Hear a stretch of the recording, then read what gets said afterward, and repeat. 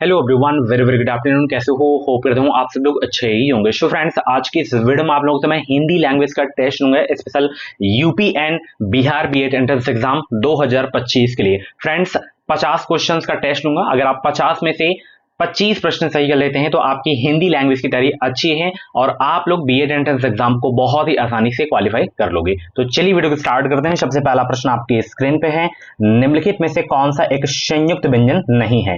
बताइए। इसमें छा हो गया, शा हो गया, ज्ञा हो गया, त्रा हो गया। संयुक्त व्यंजन आप सभी को बताए 4 होते हैं। ठीक है, कौन कौन से होते हैं? छा, त्रा, ज्ञा, स्रा। तो इसमें आपका ये सा नहीं है। ठीक है, इसको याद रखना। ठीक है, ये चारों आपके संयुक्त व्यंजन होते हैं। ठीक है, ये आपका जो है उसमें व्यंजन होता है। ठीक है ना, तो ध्यान रखना। ऑप्शन यहाँ पे आपका बी वाला बिल्कुल करेक्ट हो जाएगा। अंतःस्थ व्यंजन याद रखना, यार अलावा आपके अंतःस्थ व्यंजन होते हैं और तीनों शाह और हा ये आपके उष्म व्यंजन होते हैं। ठीक है, चलिए निम्नलिखित में से कौन सा इसमें तत्सम शब्द है? अग्नि है, यहाँ पे अगिन है, आग है, अग्नि है। तो यहाँ पे आग आप सभी को पता है ये तद्भव शब्द है, तो यहाँ पे तत्सम शब्द आपका ये अग्नि है, इसका ही ये तत्सम तद्भव शब्द आग लिखा हुआ है। ठीक है, तो फर्स्ट ऑप्शन बिल्कुल करेक्ट हो जाएगा। चलिए, संबंध कारक का चिन्ह कौन सा है? मे पर, रा, रे, री, के लिए या से? बताइए, संबंध कारक का चिन्ह कौन सा है? बहुत अच्छे, वीडियो को लाइक कर दो, शेयर कर दो। जितने भी लोग नए हैं चैनल पे सब्सक्राइब जरूर कर लेंगे, ताकि जो भी क्लासेस आए, जो भी अपडेट आए यूपी बिहार की, वो अपडेट आपको मिलते रहे हमारे चैनल के माध्यम से।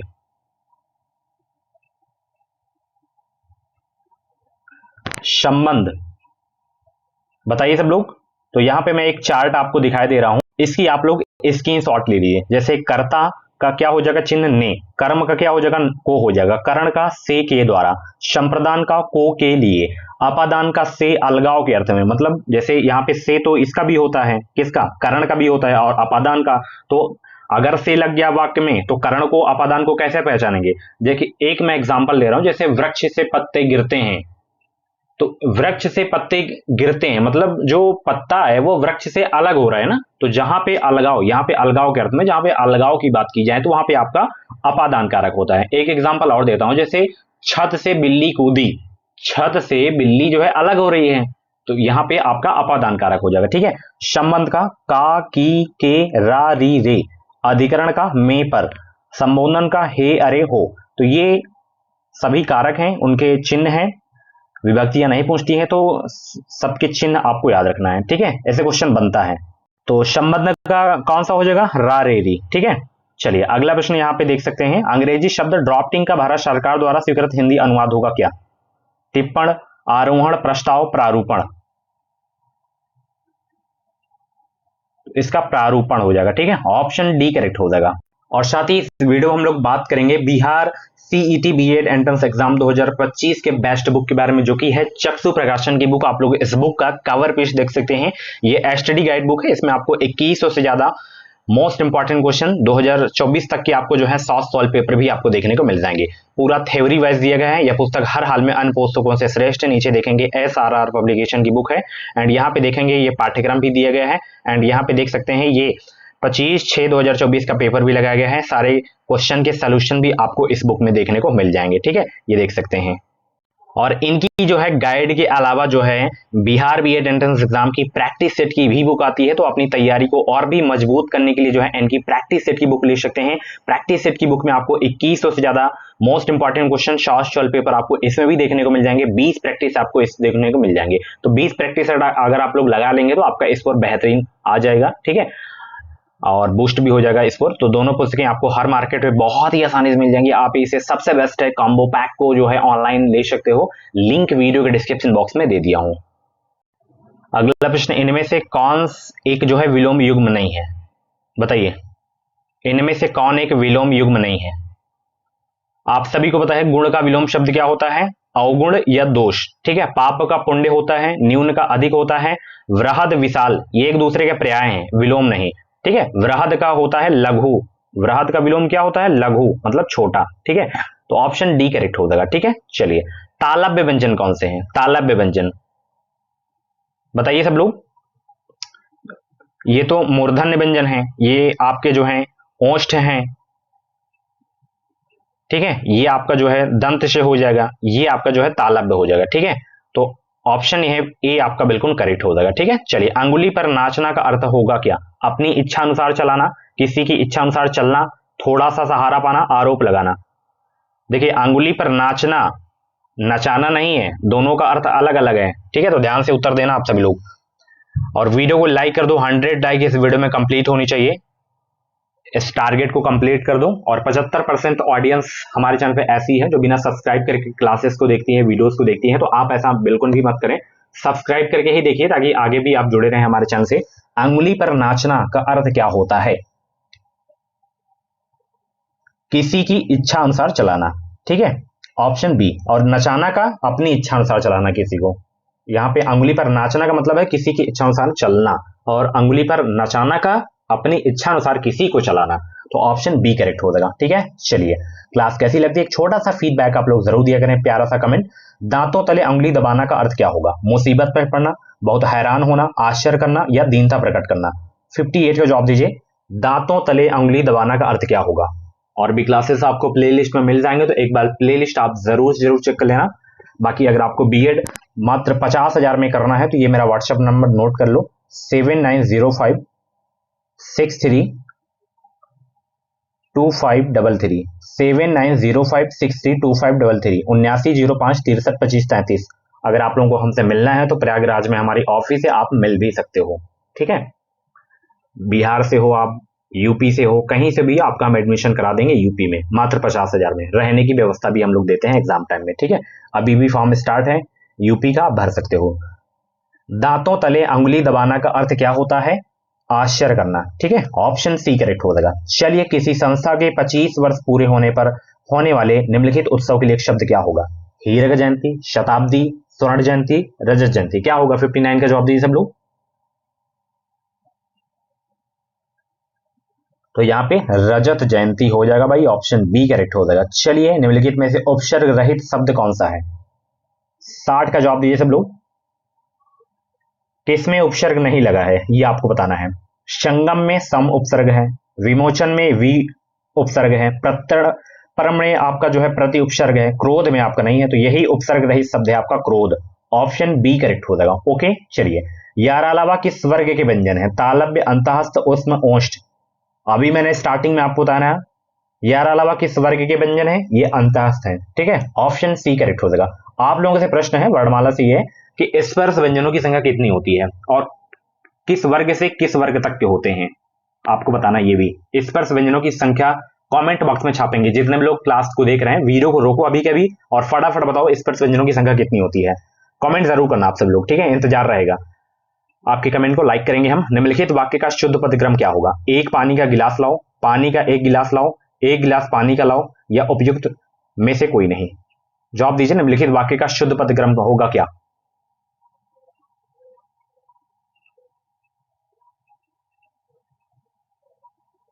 तो ये बी वाला, पानी का एक गिलास लाओ, ऑप्शन बी करेक्ट हो जाएगा। ठीक है, चलिए राम घर गया उसने मां को देखा का संयुक्त वाक्य बनेगा क्या?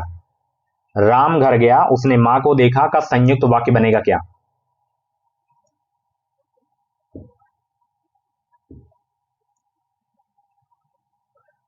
राम ने घर जाकर मां को देखा, ये आपका संयुक्त वाक्य बनेगा। ठीक है, चलिए अगला प्रश्न है, रोला के प्रत्येक चरण में कितनी मात्राएं होती हैं? कल ही ये प्रश्न करवाया था। 14, 24, 21, 34 कितनी होती है रोला के प्रत्येक चरण में मात्राएं?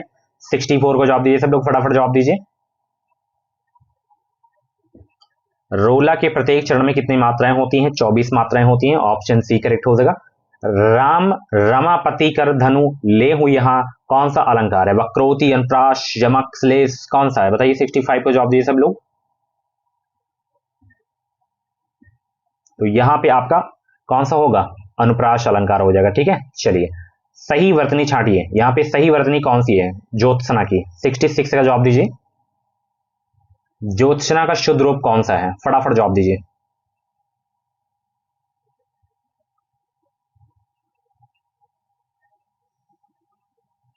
तो ज्योत्सना का शुद्ध रूप ये वाला है, बी वाला। ठीक है, चलिए काव्यत्री का बताइए, कवि का स्त्रीलिंग होता है काव्यत्री ना, तो इसका शुद्ध रूप कौन सा होगा? ये नहीं होगा, ये भी नहीं होगा, ये भी नहीं होगा, ये सही है ए वाला। ठीक है, चलिए उज्ज्वल का शुद्ध रूप बताइए, ये बहुत इंपॉर्टेंट क्वेश्चन है। उज्ज्वल का बताइए सब लोग। ये आपका अशुद्ध है, ये भी अशुद्ध है, ये भी अशुद्ध है, शुद्ध आपका डी वाला है, 68 का डी। ठीक है, चलिए छह का शुद्ध रूप कौन सा होता है, छह का बताइए शुद्ध रूप कौन सा होता है। ये अशुद्ध है, ये छह नहीं होता, छह नहीं होता, छह ये वाला होता है, विसर्ग लगा होना चाहिए। जिजीविसा का शुद्ध रूप कौन सा है, 70 का जवाब दीजिए सब लोग, जिजीविसा का। और आप लोग अपना स्कोर जरूर बताना, 25 से 30 प्रश्न सही कर रहे हैं तो आपकी तैयारी बहुत अच्छी है। जिजीविसा का शुद्ध रूप ये है, पहला वाला। चलिए यहां पे आपको विलोम शब्द बताना है। अनादर का क्या होगा विलोम शब्द, मान, सम्मान, आदर, सत्कार, क्या होगा, 71 का जवाब दीजिए सब लोग। अनादर का क्या होगा, आदर हो जाएगा, ऑप्शन सी। नेक्स्ट क्वेश्चन, अभिज्ञ का क्या होगा, अभिज्ञ का अज्ञानी, अनिपुण, मूर्ख, अनभिज्ञ, अनभिज्ञ हो जाएगा। ठीक है, चलिए अथ का क्या होगा, इति, समाप्त, खत्म, संपूर्ण, क्या होगा, अथ का इति हो जाएगा, ऑप्शन ए करेक्ट हो जाएगा। चलिए अगला प्रश्न है, करुण का क्या होगा, कठोर, निष्ठुर, निर्दय, कोमल, 74 को जवाब दीजिए। करुण का विलोम शब्द क्या होगा, निष्ठुर हो जाएगा। ठीक है, जितने भी विलोम शब्द हैं, पर्यायवाची हैं, इनको याद कर लेना। ठीक है, रिजु का क्या हो जाएगा, सीधा, तिर्यक, सरल, वक्र, क्या होगा रिजु का विलोम शब्द बताइए सब लोग, तो वक्र हो जाएगा। ठीक है, चलिए नीचे चार चार शब्दों के समूह दिए गए हैं, प्रत्येक के 3 पर्याय हैं, एक भिन्न है, कौन सा है भिन्न बताइए। उत्सव, पर्व, समारोह, ये एक दूसरे के पर्याय हैं, तो उत्साह इसमें अलग हो जाएगा। बताइए इसमें से, बताइए दिवस, दिन, वाशर, प्रसून में कौन सा अलग है, तो इसमें आपका ये प्रसून अलग है। ठीक है, चलिए कनक, स्वर्ण, हीरक, हेम, कौन सा इसमें अलग है,